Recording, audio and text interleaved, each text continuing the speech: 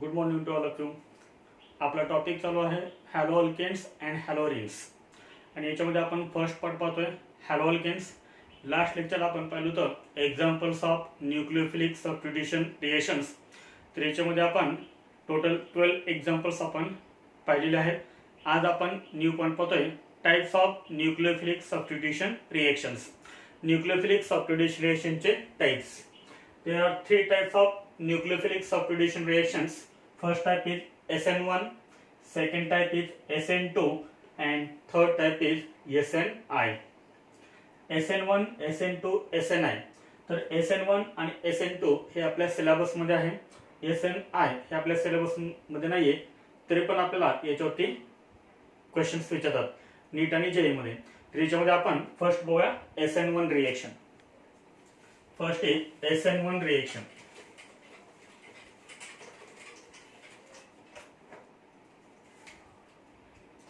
First is SN1 reaction. SN1 reaction. तर SN1 reaction म्हणजे काय? तर S means substitution. N means nucleophilic.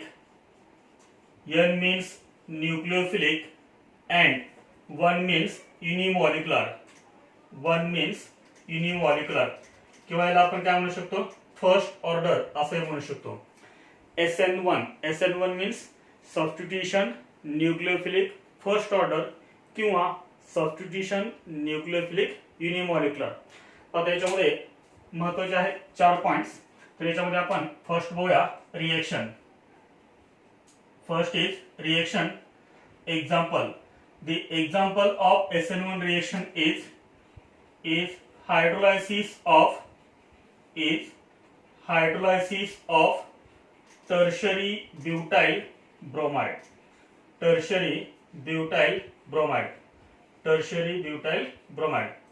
This is an example of SN1 reaction, hydrolysis of tertiary butyl bromide. Tertiary butyl bromide. What is the structure of tertiary butyl bromide? Tertiary butyl म्हणजे कोणता group आहे? CH3.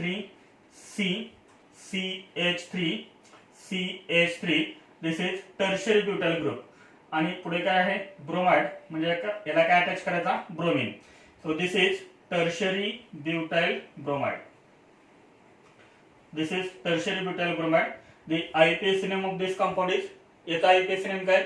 आपण कोणतेही एनकडे numbering करू शकतोय 1 2 3 किंवा 1 2 3. Second carbon ॲटमला bromine atom attach आहे, त्यामुळे काय लिहिणार आपण इथं? 2 bromo 2 methyl propane. This is IUPAC name. याचा आपल्याला काय करायचं आहे? Hydrolysis means reaction with water give. इथे आपल्याला कंपाऊंड कोणता मिळेल? हा H आणि इथला एक Br काय रिमूव्ह होणार आहे? HBr रिमूव्ह होणार आहे प्लस. आणि आपल्याला मेन कंपाऊंड काय मिळेल? इथला जो OH आहे तो OH ह्या कार्बन ॲटमला अटॅच होईल आणि आपल्याला कंपाऊंड मिळेल CH3OH. हा आपल्याला कंपाऊंड मिळाला. This is alcohol. कोणता अल्कोहोल आहे हा? This is tertiary butyl alcohol. Tertiary butyl अल्कोहोलचं ब्रॅकेट मध्ये IUPAC नेम काय लिहिता येईल? कोणत्या एनकडे आपण नंबरिंग करू शकतो? 1 2 3 किंवा 1 2 3. सेकंड कार्बन ॲटमला मिथाइल ग्रुप अटॅच आहे, त्यामुळे काय लिहायचं? 2 methyl. Total carbon atom 3. Therefore prop carbon single bond ANE. शेवटी ए रिमूव्ह करायचं. अल्कोहोल आहे हा, त्यामुळे काय लिहायचं? OL. आणि OL येण्यापूर्वी OH ची position 2. This is IUPAC name 2 methyl propane to OL. आता याच्यामध्ये पहा आपण काय केले? टर्शरी ब्युटाइल ब्रोमाइडचे रिएक्शन वॉटर सोबत केलेले आहे. तर इथे हे वॉटर जे आहे ते वॉटर काय आहे? Water acts as solvent and nucleophile. तर इथे जे आपण वॉटर यूज केलेलं आहे तर ते वॉटर काय आहे? solvent as well as nucleophile. So this is example of SN1 reaction, hydrolysis of tertiary butyl bromide. त्यानंतर याच्यामध्ये सेकंड पॉइंट आहे मेकॅनिझम ऑफ दिस रिएक्शन.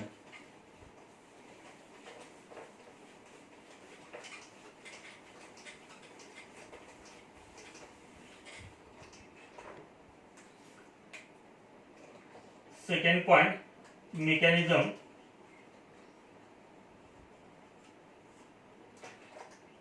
मध्ये फर्स्ट पॉइंट लिहित आहे it is a two step mechanism. हे किती step मध्ये mechanism complete होतं? 2 स्टेप मध्ये. याच्यामध्ये step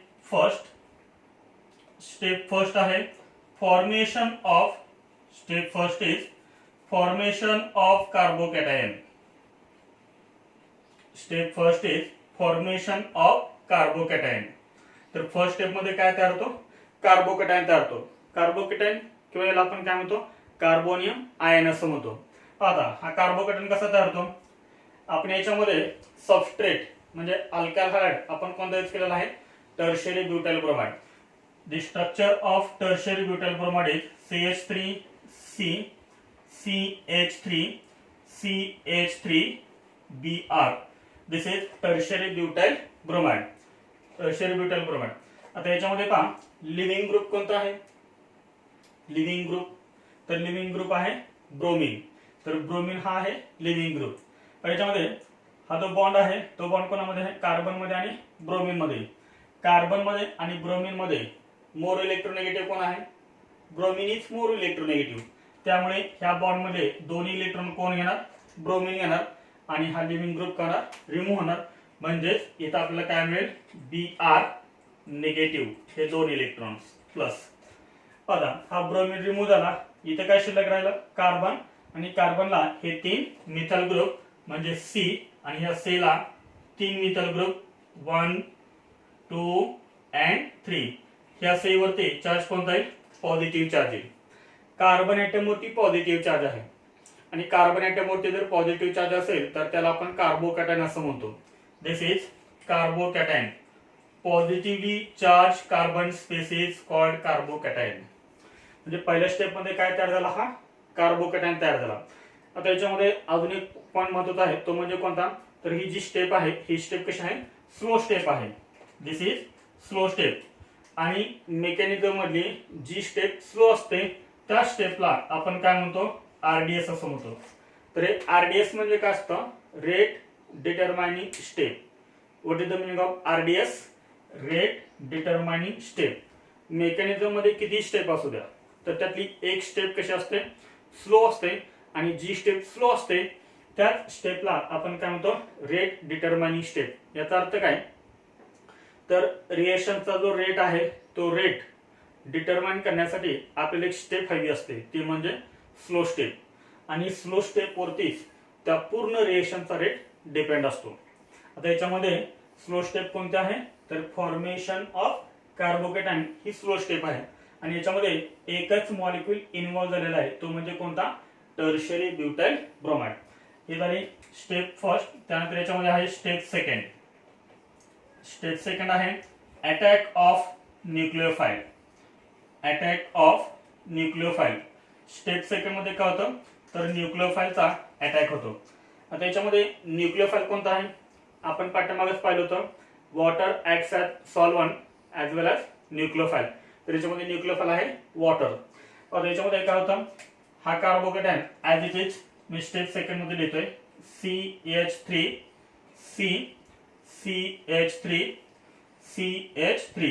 this is carbocation plus water H2O. आपल्याला माहिती आहे ह्या ऑक्सिजन ऍटम वरती किती लोन पेअर असतात? 2 लोन पेअर असतात. ही लोन पेअर काय करेल? ह्या पॉझिटिव्हली चार्ज कार्बन ऍटम वरती अटॅक करेल. म्हणजे कार्बन आणि ऑक्सिजन मध्ये बॉन्ड तयार होईल.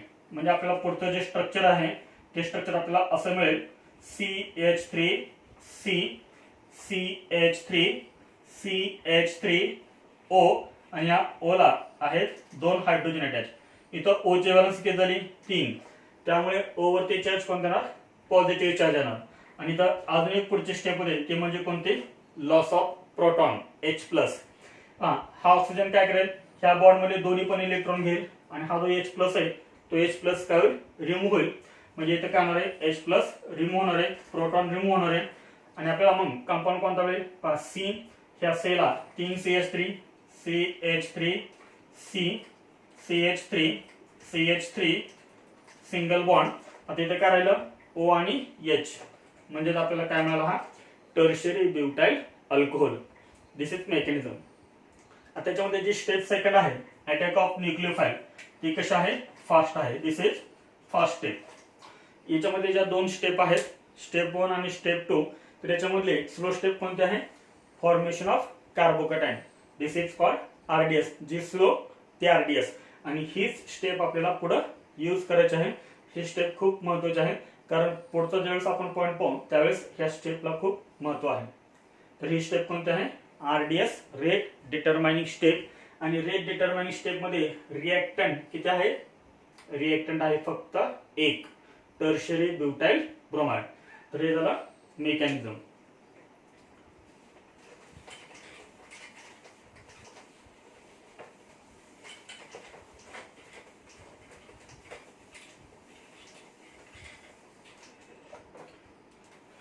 त्यानंतर यामध्ये थर्ड पॉइंट आहे kinetics. Third point is kinetics. हा कायनेटिक्स. तर याच्यामध्ये काय लिहायचंय रेट ऑफ SN1 रिएक्शन लिहायचंय.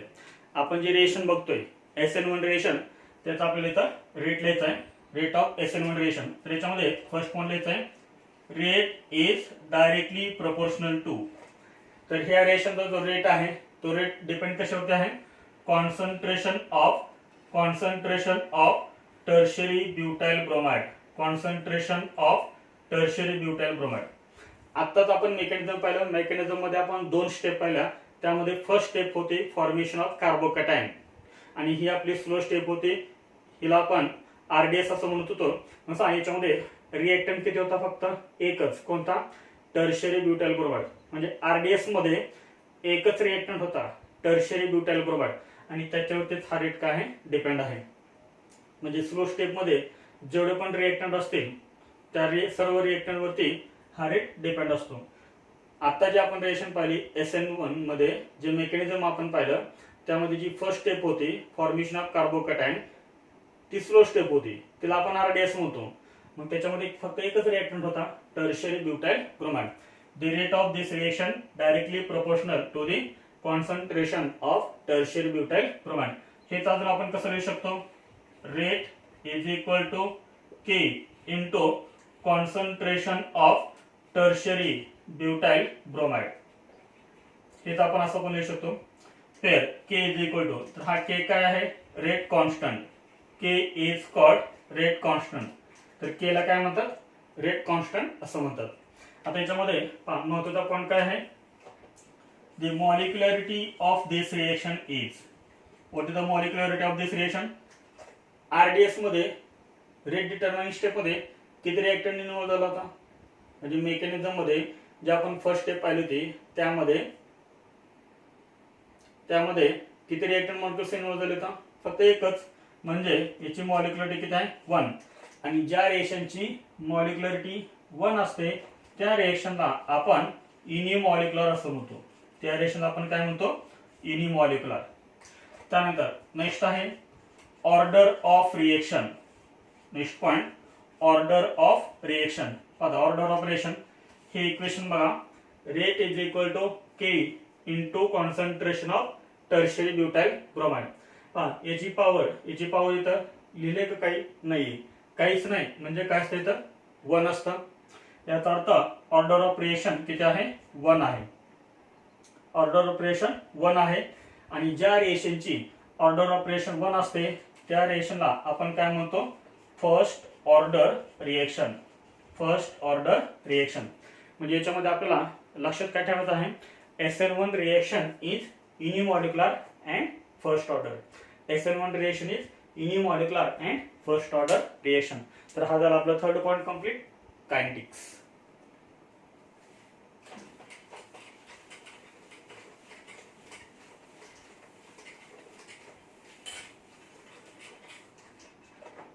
त्यानंतर याच्यामध्ये फोर्थ पॉइंट आहे energy profile. Energy profile diagram, energy profile diagram. तर एनर्जी प्रोफाईल डायग्राम म्हणजे काय, तर एनर्जी प्रोफाईल डायग्राम म्हणजे एक सिम्पली ग्राफ असतो, एक एनर्जी वर्सेस रिएक्शन कोऑर्डिनेट. ह्या ग्राफला आपण काय म्हणतो, एनर्जी प्रोफाईल डायग्राम. त्यानंतर याच्यामध्ये आपल्याला एक पॉईंट लिहायचा महत्त्वाचा, तर number of transition states, number of transition states, number of transition states, number of transition state is equal to number of intermediates, number of intermediates plus 1. म्हणजे एखाद्या रेषेमध्ये किती ट्रान्झिशन स्टेट तयार होणार, तर डिपेंड कशावरती आहे, तर नंबर ऑफ इंटरमिडिएट वरती. जेवढे इंटरमिडिएट तयार झालेत त्याच्यामध्ये जर आपण +1 केलं तर आपल्याला काय मिळतात, नंबर ऑफ ट्रान्झिशन स्टेट मिळतात. आत्ताच आपण एक मेकॅनिझम पाहिलं होतं ह्या रेषेचं, तर त्याच्यामध्ये एक इंटरमिडिएट तयार झाला होता. कोणते इंटरमिडिएट तयार झाला होता, कार्बोकॅटायन. कार्बोकॅटायन हा काय आहे, रिएक्शन इंटरमिडिएट. किती तयार झाला होता, एक तयार झाला होता.